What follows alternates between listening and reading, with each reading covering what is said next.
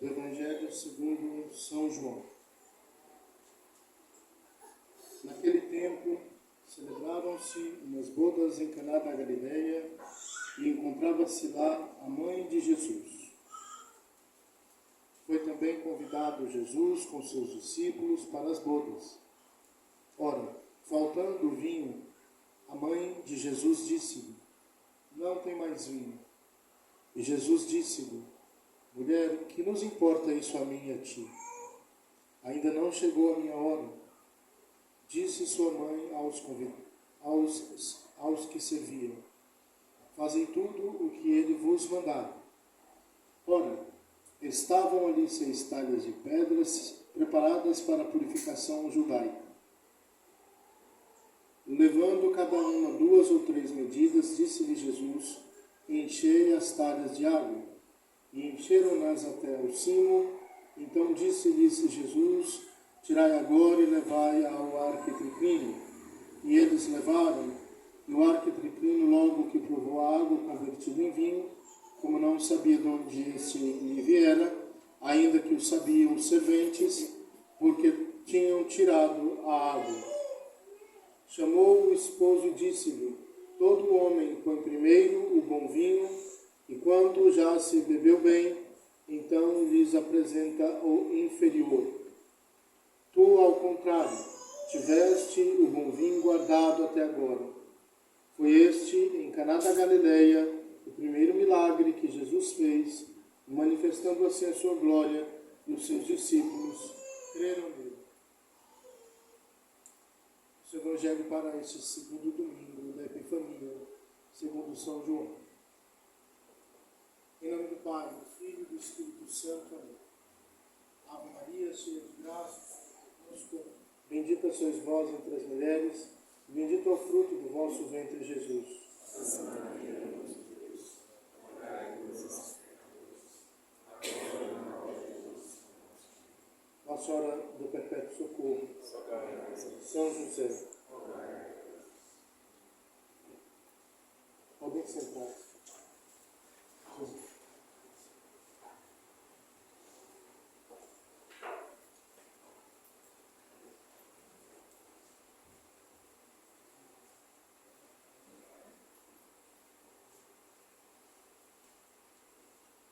Bem, gostaríamos de comemorar uma grande conquista que foi mais um tempo de missão em nosso apostolado, com a colaboração de alguns sacerdotes em dias específicos. Nós visitamos o maior número possível de residências para a bênção das casas na Epifania. Foram quase 150 casas e empresas. Em comparação com o ano passado, que foram 92, esse ano vimos um crescimento no número de fiéis e famílias significativo. Obrigado a todos que receberam a nós, os padres, a todos que colaboraram com essa missão materialmente, e todos que colaboraram também na organização. Tivemos aí algumas pessoas que acompanharam os padres, que definiram as rotas, que fizeram contato com as famílias. É claro, uma outra família não pôde ser visitada por questões particulares ou desencontros, o que nós pedimos a compreensão. E também nós compreendemos aqueles que demoraram também a responder as mensagens e acabaram ficando sem a bênção, né? Porque existe isso também. Em algum outro momento, as bênçãos da casa podem ser dadas também durante qualquer dia do ano.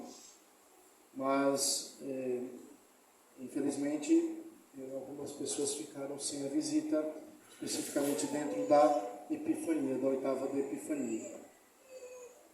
E também gostaria de já ir anunciando aos senhores que dia de 1º a 3 de fevereiro, as relíquias de Santa Teresinha do Menino Jesus estarão visitando o Carmelo de Trindade. As visitas as relíquias de primeiro grau, são ossos mesmo, grandes pedaços dos ossos dela, do braço também, do fêmur e etc. Então nós estamos organizando, provavelmente, uma missa lá no Carmelo para venerar as relíquias. Certamente vai ser no dia 1º. Nós vamos avisar oficialmente. Então aqueles que puderem, bem, os horários nem sempre são tão favoráveis, né, para quem trabalha. Mas nós conseguimos pelo menos para você chegar lá, ou para o começo, ou para alguma parte da missa. Porque teremos uma missa provavelmente às 6h, 6h30. E logo em seguida tem uma missa às 8h30. Então, pelo menos para você chegar e fazer a visita à relíquia. Se não puder ir no dia da missa, vai em algum outro dia ou horário da programação. Que é uma programação, como eu disse, de 3 dias.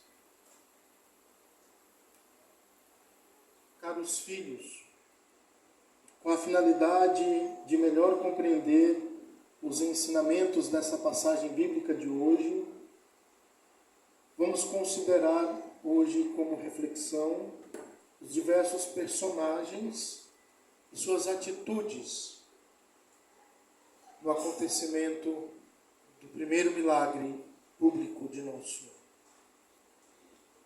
Antes de mais nada, nós precisamos nos situar dentro da vida litúrgica da Igreja, que comemorou ontem o batismo do Senhor. Lembremos-nos que esses 3 acontecimentos, o seu nascimento, a sua epifania, o seu batismo, fazem parte de uma única realidade que Deus deseja se revelar ao seu povo. Muito importante considerar isso. E justamente o batismo de Nosso Senhor, que não aconteceu na sua infância, mas na sua vida adulta, um batismo pregado por João, ao qual Nosso Senhor também se submeteu. Com este ato público, Nosso Senhor começa a sua vida pública. Então hoje nós temos o primeiro milagre da sua vida pública.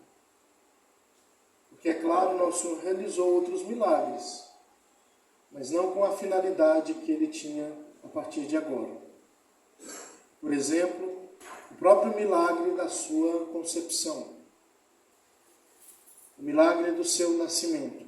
Tudo isso é obra de Deus e, portanto, obra de Cristo, porque Cristo é Deus. Vamos então considerar, em primeiro lugar, os esposos. Ontem, especialmente, nós vivemos uma boda. Temos mais algumas ainda pela frente aqui esse mês que vem. Coisas especialíssimas, onde nós invocamos também a presença de Nosso Senhor. Mas contemplemos os esposos. Seu modo de proceder é muito digno de elogio. Primeira coisa que os esposos fizeram, que deve ser considerado, eles convidaram Nosso Senhor e a Santíssima Virgem para o casamento.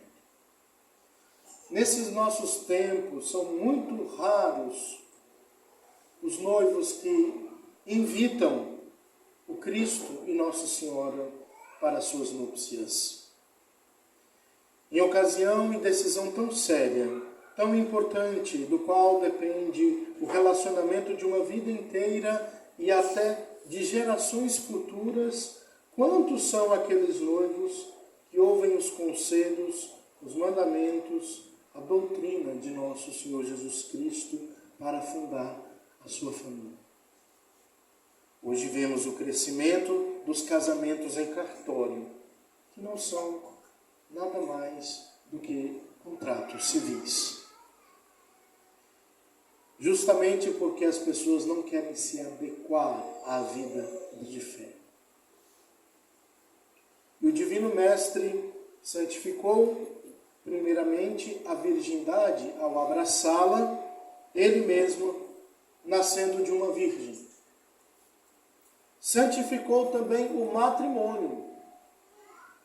Além de mostrar o valor da virgindade, Nosso Senhor mostra a importância do matrimônio, elevando-o à dignidade de sacramento, honrando-o com sua presença e com seu primeiro milagre, com o qual, aliás, mostra o poder de intercessão de sua Mãe Santíssima e confirma seus primeiros discípulos na fé, com a presença de Nosso Senhor e da Santíssima Virgem.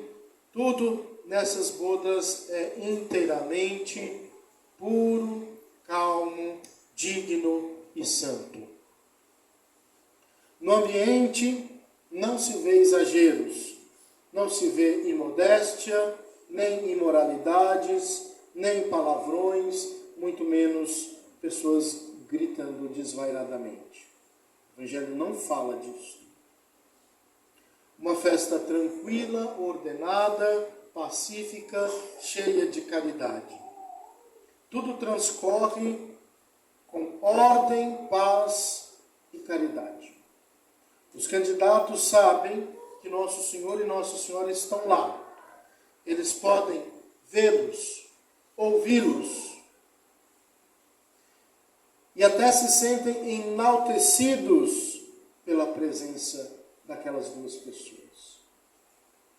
Mas nos casamentos em que Nosso Senhor e Nossa Senhora não são convidados, reina o contrário. O espírito pagão e o inimigo das almas vêm fazer parte da festa. Vamos considerar agora uma outra personagem, a Santíssima Virgem.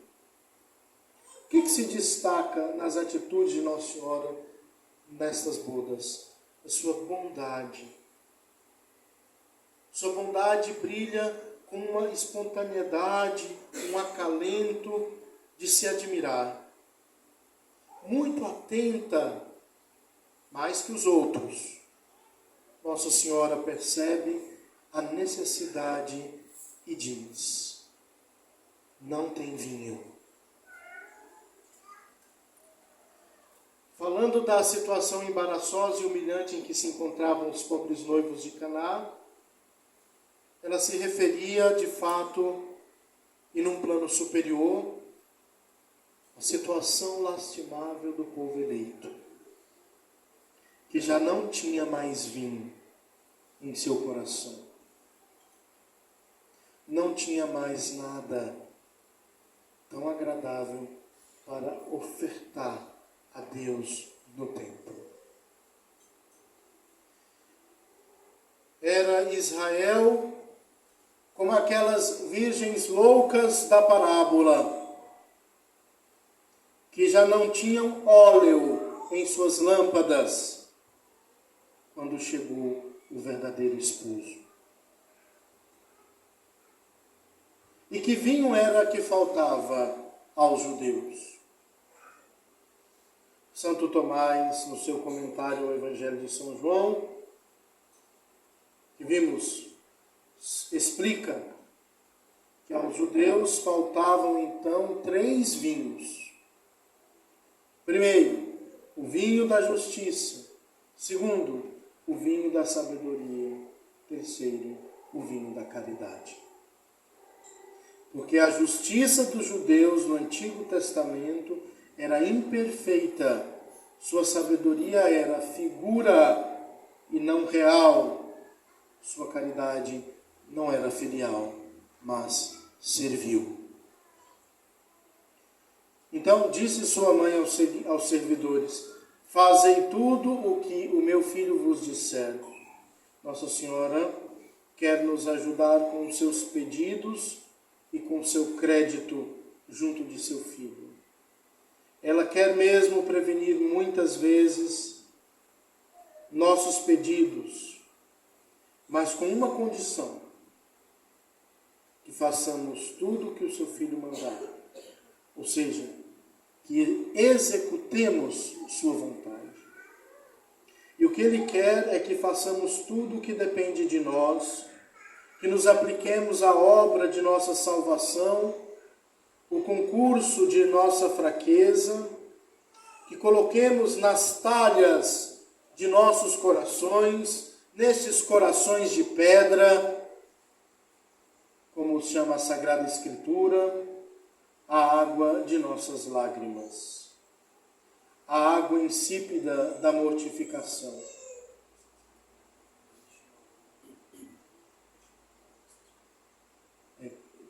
Desculpa o inconveniente, mas tem um carro que precisa ser imediatamente removido ali da obra da igreja, de frente, precisando lá de acessar a obra da igreja.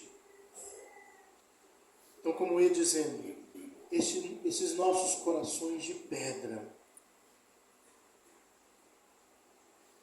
nosso Senhor pede que nós enchamos esses corações com as nossas lágrimas.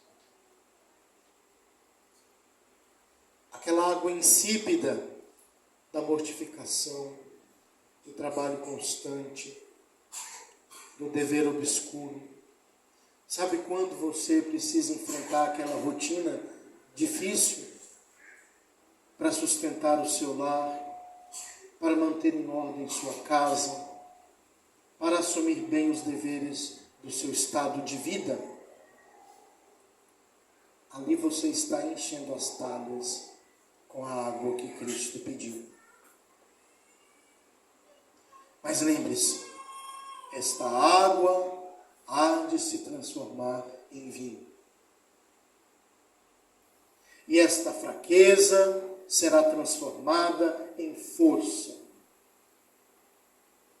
E nós mesmos, como aqueles convidados para as bodas de Caná, ficaremos admirados de encontrar em nós, em lugar da nossa miséria e da nossa covardia, uma fortaleza e uma generosidade das quais nunca nos julgaríamos capazes. E além de todas essas qualidades destacadas na pessoa e nas atitudes de Nossa Senhora, vemos nela um extraordinário poder junto de Jesus Cristo. Isso os protestantes negaram. A mediação materna, a intercessão onipotente de Nossa Senhora. Ao pedir um milagre, ela simplesmente livra os esposos de Caná de um vexame. E isso ela o faz tranquilamente, sem hesitação, sem inquietação, mesmo até sem insistência. Ela está muito segura do poder e do beneplácito do seu filho para com ela, está muito segura do que ela pode conseguir junto de seu filho. Na verdade, Nossa Senhora não pede propriamente, ela apenas demonstra o desejo que tem em ver o seu filho operar um milagre para livrar de um embaraço os neo-esposos de Caná. Em Caná brilha a glória de Nossa Senhora. Assim, não é pelo pedido de Nossa Senhora que Nosso Senhor, escondido durante 30 anos na obscuridade de uma vida humilde comum, se mostra, enfim, quem Ele é realmente. Não é pelo pedido de Nossa Senhora que Nosso Senhor manifesta este poder divino que estava até então cuidadosamente oculto nele. 30 anos se passaram para que ele pudesse, depois de obedecer Nossa Senhora e São José, continuar a obedecer. Não é, pois, pela prece de Nossa Senhora que ele começa as suas funções de seu ministério público, desse ministério que vai se tornar tão fecundo em ensinamentos e prodígios. Não é, pois, pela prece de Nossa Senhora que ele estabelece sua missão, que ele ganha a confiança de seus discípulos e os prende definitivamente à sua pessoa. Pois bem, é por isso que nós devemos recorrer ao Senhor. Enfim, caríssimos, contemplemos Jesus Cristo, nosso Senhor. Aqui nas bodas de Caná, nosso Senhor nos ensina uma coisa, a maior, a mais bela, a mais augusta que podemos aprender. É que Ele é Deus, Filho de Deus.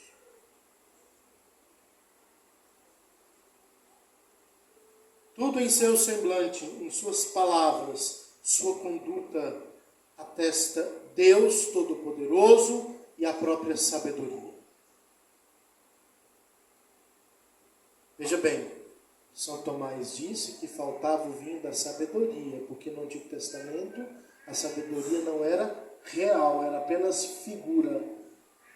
Aqui está a sabedoria em pessoa.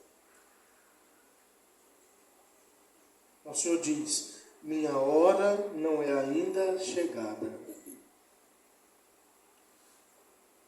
Se faz o milagre, é como ficou explicado acima, é para obedecer ao decreto do Pai. Qual é o decreto que o Pai teria lhe dado? Nada se negasse a sua mãe. Então, nosso Senhor fala com calma e dignidade no imperativo: enchei de água estas talhas até as bordas e levai-a ao mestre Saulo. Nosso Senhor queria que seus milagres provassem sua missão divina e contribuíssem para estabelecer aos olhos dos homens o reino de Deus. Para tanto, ele dá ao milagre de Caná todas as garantias, toda a autenticidade de que é suscetível. Ele espera para que a necessidade seja bem constatada. Ele faz encher as talhas de água até as bordas, a fim de que a água apareça aos olhos. Naquele tempo certamente não tinha vidro. Então era preciso ver as talhas, a água nas talhas. Ele convida os servidores que busquem a água e a levem ao mestre Sala. A esse último é que pertence o direito de constatar oficialmente a qualidade do licor que o poder de Cristo tinha substituído às águas da talha, e atestar assim solenemente o milagre. Caríssimos, o milagre de Caná figura o milagre mais retundante e, sobretudo, mais cheio de amor que nos oferece a Eucaristia. Nela, nosso Senhor opera a mais maravilhosa mudança, pois transforma o pão e o vinho em seu corpo e sangue, e isto sem que ele visivelmente coloque a mão, mas pelo ministério de seus servidores, de seus padres. É claro, então, que as bodas de Caná mostram o poder da transubstanciação. Agora não é água e vinho, água passando a ser vinho, é vinho se tornando sangue. O Criador de todas as coisas pode mudar a natureza, a substância das coisas. Então só nos resta rezar hoje uma breve oração. O Deus onipotente, que governais igualmente o céu e a terra, com vossa providência, escutai benigno as súplicas do vosso povo e concedei às famílias de nossos tempos a vossa paz, e que a indissolubilidade que estabelecestes para o sacramento do matrimônio não seja destruída pelos homens. Assim seja. Amém.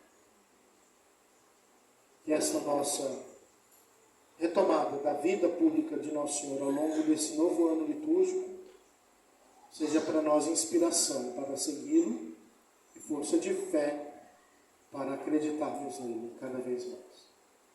Em nome do Pai, do Filho e do Espírito Santo. Amém.